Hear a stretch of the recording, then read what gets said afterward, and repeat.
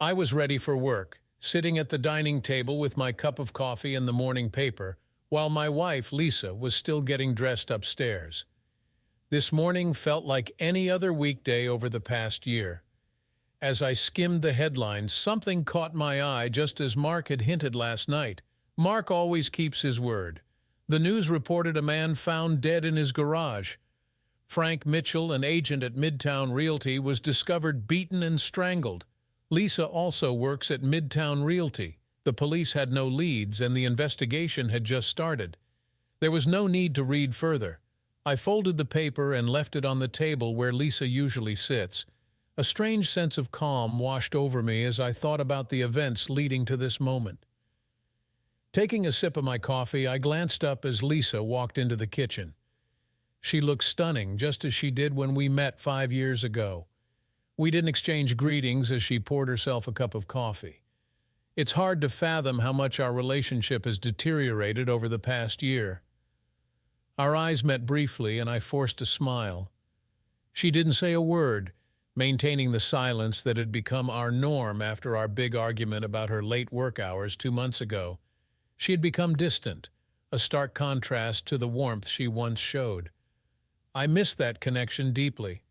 Now it seemed everything was falling apart. Lisa picked up the paper in her coffee cup. As her eyes scanned the headlines, she suddenly spat out her coffee, her eyes glued to the article about Frank Mitchell's murder.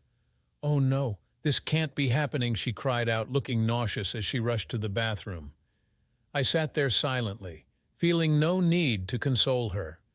Taking a deep breath, I stood up, placed my coffee cup in the dishwasher, and grabbed my briefcase. I headed to the garage and got into my car, not bothering to check on Lisa. Her feelings no longer mattered to me. Let me introduce myself. I am Jake Collins, but everyone calls me JC. I'm 29 with Irish roots, living in the heart of Boston, Massachusetts. My youth was filled with trouble, running with a gang of other young Irish boys.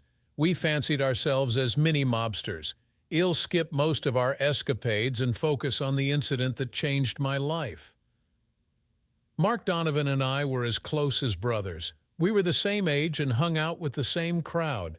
The main difference between Mark and me was luck. He always seemed to get caught. One night, Mark and I broke into a warehouse by the docks, hoping to snag some goods for quick cash. The security guards must have seen us because they were waiting as we tried to leave with boxes of electronics. One guard caught Mark just as I turned. Another guard lunged at me. I threw a box at him and tackled the other, hitting him as hard as I could. As he let go of Mark, I pulled Mark to his feet and told him to run. Mark bolted, leaving me behind. The second guard grabbed me, and I couldn't put up much of a fight after that. The guards roughed me up until the cops arrived. When the police showed up, they laughed with the guards as they looked at my battered body. I was taken to the station and held until my parents came to get me. Long story short, I never revealed Mark's identity. I got 2 weeks in jail and probation. Mark called several times to apologize for leaving me, but I told him it was okay. With his record, he would have faced much more time. He promised to repay me someday. My parents were livid and embarrassed by my arrest. My dad punished me severely, and they decided to send me to St. Francis Catholic School to straighten me out. The nuns and priests there were strict, and by my senior year, I had turned my life around. One of the priests encouraged me to pursue a different path, leading me to leave the gang. I worked hard and got accepted to Boston University. I graduated with a degree in human resources and found a job with a reputable company. After graduation, life finally smoothed out. For once, my parents were genuinely proud of me. Though I had plenty of girlfriends during my college days, I wasn't ready for a serious commitment.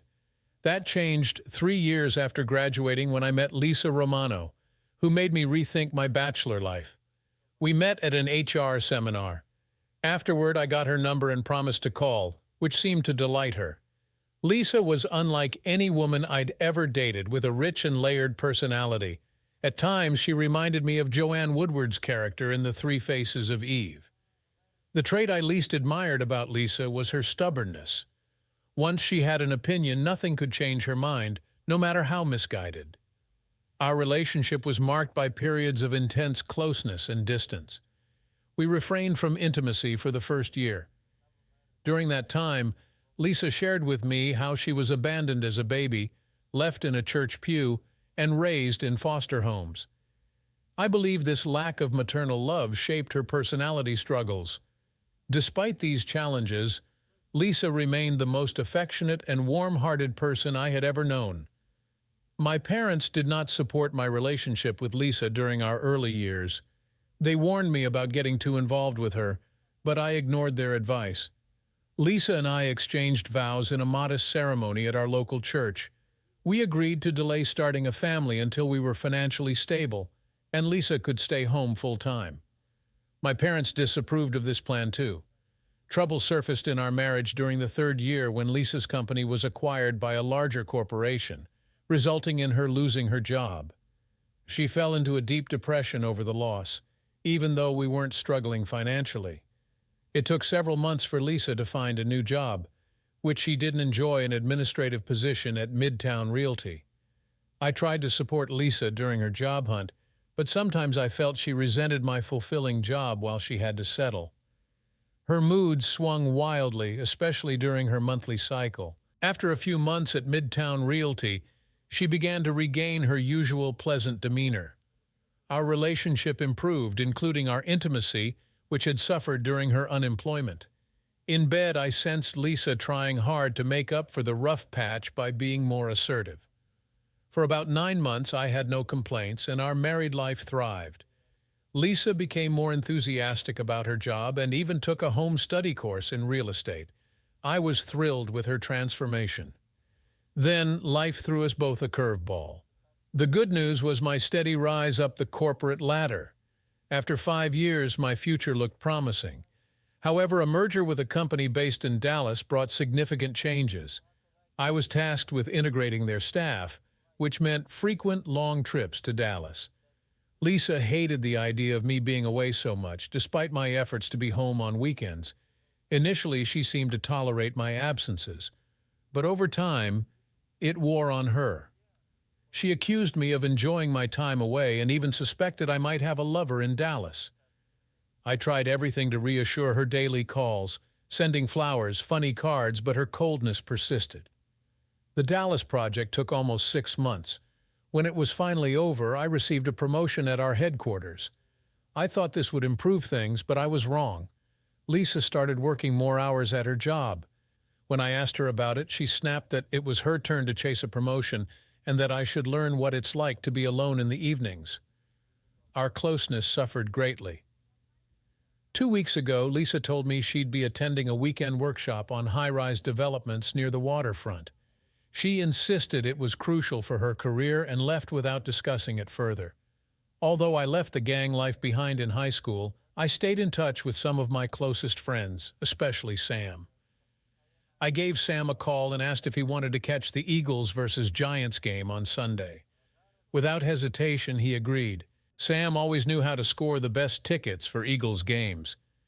I mentioned Lisa's business trip, and he suggested I spend the weekend with him and the guys, catching up on neighborhood gossip. The idea of a weekend away from home sounded fantastic, so I didn't bother telling Lisa my plans. Friday morning was brisk, and over breakfast I casually asked Lisa how I could reach her while she was away. She brushed off the idea, saying she'd be mingling with influential people and didn't want any interruptions. It felt like she saw me more as a bothersome parent than a husband. I let it go, and later that day, Lisa left for Atlantic City. Meeting up with Sam was like a blast from the past. It had been over a year since we last hung out. I was one of the few who managed to leave the old neighborhood without a criminal record. Sam reminded me of the debt he owed me, promising to help whenever I needed it. Saturday night, we hit up the Blue Moon Lounge on the southeast side, a strip club that had a vibe similar to the Bada Bing Club from The Sopranos. The place was packed with scantily clad dancers, just like in the show. A young woman who looked barely legal approached and danced provocatively in front of me. Sam hinted that she was available for the night, emphasizing she could be mine if I wanted. Despite the strong temptation, I reiterated my commitment to my marriage, acknowledging my loyalty and fidelity to Lisa. I declined the stripper's advances and she moved on to another customer. Sam, astonished, commented that I seemed really serious about fidelity. I affirmed my stance, stating that without loyalty, there would be no love, no marriage. The next morning brought the usual cold, windy Philadelphia weather, but that didn't stop the throngs of fans heading to Lincoln Financial Field for the Eagles versus Giants game. The bitter rivalry between these teams bordered on something akin to gang warfare, especially after the Eagles' miraculous last-minute victory in the playoffs years ago. Neither team had forgotten that game. Fortunately, weapons aren't allowed on the playing field. The Eagles were struggling that year, with a record of 5 wins and 5 losses. Today marked the biggest game of the season, with the Giants back in town. The intense action on the field lasted all afternoon. I was getting hoarse from all the yelling and cheering, but the final score was Eagles 21, Giants 20. The day couldn't have ended on a better note, or so I thought. Despite Sam's invitation to celebrate, I had to decline. I knew I had a demanding day at work ahead and didn't need a hangover adding to my stress. Besides, Lisa was supposed to come home that evening and I wanted to be there when she arrived. However, Lisa did not come home Sunday night. I left for work Monday morning with a heavy heart, full of doubts about the state of our marriage. There had been a lingering sense of doom whenever I thought deeply about our relationship. All marriages have rough patches, but maybe ours had decayed into something more serious. The workday was as chaotic as expected, with several high-level meetings and a discrimination lawsuit against the company on my agenda. It wasn't until 5:30 that I had a chance to sit down and check my emails. There were a dozen messages from the staff, along with updates on the lawsuit. Near the end of the list was one titled, "Who Was the Last to Know?" Expecting a humorous animated cartoon, I opened the email, only to be confronted with a photo of Lisa and another man in a passionate embrace, locked in a kiss. At the bottom of the photo was a text message suggesting, "Want to know what happened after this? Click on the next link." A cold chill ran up my spine as I stared at the photo of Lisa kissing another man. I hesitated for a moment, then clicked on the next link. The screen flashed another photo. This time, Lisa and the man were both unclothed, standing together in a motel room. Again, at the bottom of the photo was a message. "Want to know what happened after this? Click on the next link." My hand trembled, and there was a tightness in my throat and chest as the image of my naked wife burned into my mind. Part of me didn't want to see the next photo, but I knew I had to click the link. The next photo was the end of my marriage, Lisa on the bed on all fours with the same man as in the other photos, displaying an expression of lust. The look on her face was a mix of ecstasy and betrayal. The woman I had devoted my heart to had turned into an unfaithful adulteress. I had trusted her entirely, and now she was ripping my heart out. The text at the bottom of the photo read, "Courtesy of Jack Murdoch." My worst nightmare had become reality. Lisa's recent coldness wasn't just an upset wife, it was the death knell of our marriage. Instead of exploding in anger, I felt an icy resolve sensation I hadn't experienced in years. Revenge settled into my mind. I couldn't tolerate infidelity and betrayal. 2 people would pay dearly for humiliating me. My initial thoughts revolved around the anonymous sender of the incriminating emails. There was no clue about the sender's identity. Questions flooded my mind. Why send this email? What was their motive for exposing Lisa's infidelity? Were they friends or enemies of hers? These questions would have to wait. I inserted a CD into my computer, copied the email and photos, then deleted them and used a scrubber program to erase all traces from my hard drive. As I sat back in my chair trying to comprehend Lisa's betrayal, I could only attribute it to her complex nature. If she had wanted a divorce, I would have granted it, and we could have parted ways. But now my revenge would be swift and thorough. I would show no mercy. The plan began to take shape in my mind. Leaving the office, I found a payphone around the corner. Using an untraceable burner phone, I called Sam, telling him it was time to settle the debt he owed me. When I got home around 7:30, Lisa was already there, glued to the TV. She didn't bother to greet me, but instead commented on my late arrival, accusing me of being tardy. I retorted that she too had been coming home late, then moved to the kitchen. The silence between us was heavy. I grabbed a beer and headed to my office, locking the door behind me. In our justice system, a person convicted of a heinous crime faces either the death penalty or life in prison. My revenge plan would involve one death sentence and one life sentence. I needed solitude to finalize my plan. Sam would handle Jack Murdoch, and I would personally deal with Lisa. To make it seem like a case of a wife leaving her husband, I sent flowers to Lisa's office and made dinner reservations near her workplace. I left messages for her to meet me, but she never showed up. I instructed the maitre d' to give our table to someone else, ensuring he'd remember my wife standing me up. Lisa returned home that evening without offering any explanation for missing our dinner reservation. I had no interest in anything she might have said. The die was cast, and the wheels of revenge were in motion. The next day, a courier delivered an envelope marked personal and confidential to my office. Inside was a single sheet of paper instructing me to destroy it after reading. The first sentence advised me to secure an airtight alibi for the upcoming night. The second sentence provided a name, Carlos Mandara, and a phone number. I memorized the number before shredding the paper and discreetly disposing of the shredded pieces in various trash cans outside the office building. That evening, I arrived home before Lisa. I changed clothes, poured a tall glass of whiskey, and sat down to listen to some smooth jazz. The TV stayed off. It was my night to reign in my domain.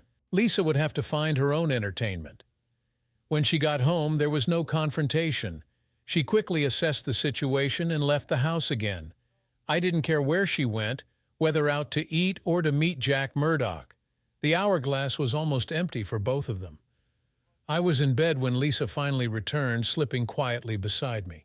The silence was deafening before I fell asleep.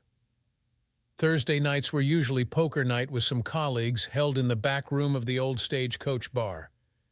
This served as my airtight alibi for the rest of the evening. This time, I was the one slipping into bed early in the morning.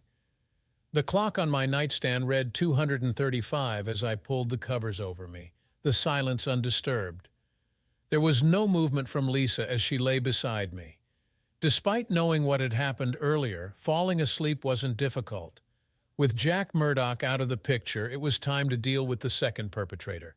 Lisa's punishment would begin after a single phone call, giving me a sense of justice and satisfaction. Whatever twisted part of her led to this betrayal was not my concern anymore. I no longer felt any compassion for the woman I once adored. Her impending retribution was of her own making.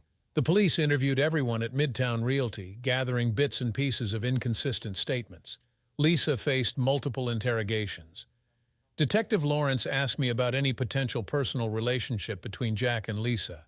I confidently affirmed my faith in my wife's fidelity, dismissing any suspicion.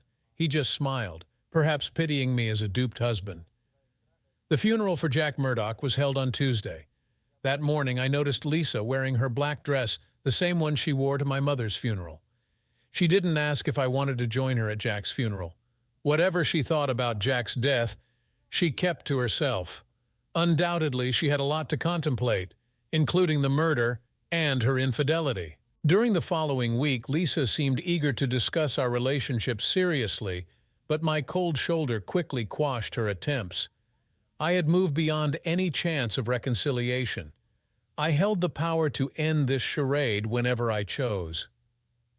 3 weeks after Jack's murder, the police investigation stalled. No new leads emerged, and speculation arose that Jack might have been killed by a loan shark or a bookie. During this period, Lisa's mental state deteriorated. She became increasingly absent-minded and paranoid, frightened by little things. I offered no support, watching her struggle with a sense of detached satisfaction. Finally, on the following Thursday, I made the call to Carlos. The plan was set, and he was eager to execute it.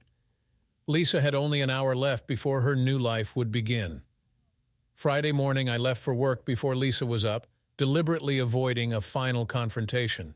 The hourglass had run out. Across the street from our house, a car with two men lay in wait. The kidnapping happened at a four-way stop with cars in front and behind Lisa's vehicle, blocking any escape. With military precision, the two men acted swiftly. As the driver's door opened, a needle punctured her arm and the seatbelt was cut away. Lisa was pushed into the passenger seat, and one of the men took the wheel.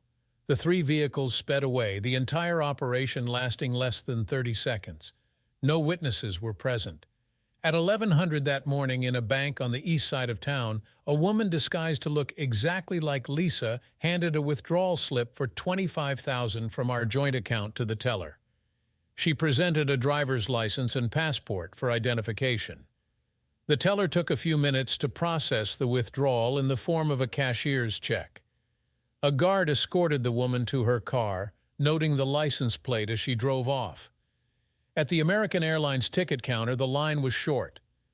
The Lisa lookalike approached, presented her ID and passport, and received her boarding pass. Flight reservations had been made online the night before.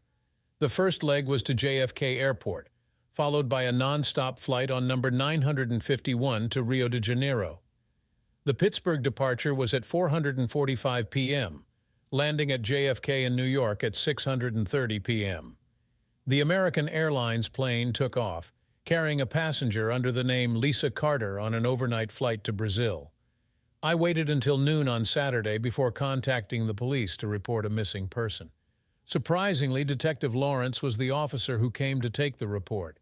I told him that Lisa had returned home at her usual time, but had since disappeared. Attempts to reach her on her cell phone were futile. It was out of service. When I called Amanda Stata, one of Lisa's close friends at Midtown Realty, she revealed that Lisa hadn't shown up for work the previous day and hadn't called in sick. Detective Lawrence took notes in his pad, occasionally glancing up at me with a scrutinizing look. He finally closed his notebook and assured me they would start the search immediately. He began probing into the state of my marriage, questioning if there were any issues that might explain Lisa's disappearance. I reiterated what I had told him during the Jack Murdoch investigation. Our marriage was stable, and I couldn't fathom any reason for Lisa to vanish willingly. He then asked if I had any involvement in foul play concerning Lisa. I emphatically stated my love for her and my incapability of harming her. Deceiving the police was a skill I had honed since my early days running with the Junior Mafia, and it was serving me well now. 3 days later, Detective Lawrence visited my office during work hours, likely to get a read on the kind of man he was dealing with. Once in my office, he sat down with a tight-lipped smile. I wore the mask of a distressed husband and asked if there was any news about Lisa. He informed me that they had retraced Lisa's steps after she left the house on Friday morning. Witnesses had seen her having coffee at the corner cafe on Oak Street around 1:00 a.m. Detective Lawrence also mentioned that Lisa had visited the Allegheny National Bank around 1100, as captured on video, making a $25,000 withdrawal from our joint account. Feigning disbelief, I asked how this could be possible, stating that Lisa had never mentioned needing such a large sum of money. Detective Lawrence assured me that the evidence was clear, explaining that the bank had made copies of Lisa's driver's license and passport before issuing the cashier's check. He was confident that I would recognize my wife on the surveillance tape. Once again, he paused to gauge my reaction. I told him there must be some mistake, emphasizing that Lisa and I always discussed major financial decisions. Maintaining a bewildered look, I stared back at the detective, knowing he was about to deliver the most devastating news. The detective then shared the most shocking revelation: my wife had purchased airline tickets to New York and then to Rio de Janeiro. They found her car in the long-term parking lot at the airport, confirming that her flight left Pittsburgh at 4:45 p.m. and her flight to Rio departed New York at 10:30 p.m. They contacted the Rio de Janeiro police, but she seemed to have vanished upon arrival. Detective Lawrence looked at me intensely, waiting for my reaction. I exclaimed that it was madness, asserting that Lisa would never do such a thing. I emphasized my belief in her love for me and my love for her, stating that fleeing the country was absurd. To play the part of the betrayed husband, I began to cry right there in my office. After a moment of silence, the detective continued. He asked if I thought this had any connection to Jack Murdoch's murder. I responded by questioning how he could even suggest that, asserting that my wife had no involvement in the crime. I reminded him that she had been thoroughly questioned and never charged. The detective clarified that while Lisa was not charged, she was still a prime suspect. I expressed disbelief, arguing that linking her to Jack's murder based on office gossip was absurd. My eyes locked onto his as I challenged the validity of such accusations. The detective explained that with Lisa now out of the country, suspicions about her role in the murder had intensified. He mentioned that evidence at the crime scene indicated a sexual motive, with Jack being tortured and beaten for hours before being strangled. I let out a small, incredulous laugh, dismissing the idea that my petite wife could commit such a crime. I questioned the detective's judgment, stating that Lisa could hardly open a pickle jar, let alone strangle someone. I expressed frustration with the baseless accusations. Addressing Detective Lawrence, I acknowledged that the evidence pointed to Lisa's involvement, and he suggested she might have had help. Surprised, I asked if he thought I could have been involved. Before he could elaborate, he explained that while they had considered the possibility, I had a solid alibi for the time of the murder. His voice, however, lacked conviction. Summarizing the situation, I expressed disbelief that they thought my wife had fled the country due to her involvement in a murder. I continued to play the role of the shocked and grieving husband, all the while knowing that everything was going according to plan. He insinuated that I was a likely suspect in aiding Lisa's disappearance. Pausing to glare directly at him, I sought clarification, asking if I accurately summarized his statements. He sat there, weighing my indignation. With a hint of scorn, I informed the detective that if there was nothing else, our meeting was over.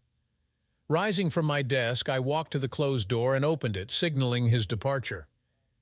Detective Lawrence got up slowly, moving to the door. "Thank you for your time, Mr. Carter. I'll keep you informed about your wife's case," he said without extending his hand, and I didn't offer mine. After he left, I closed the door and settled back into my swivel chair. I was certain Detective Lawrence's visit was more about extracting information than providing any. As I pondered each statement and question, I realized he suspected my involvement, yet my alibis were airtight.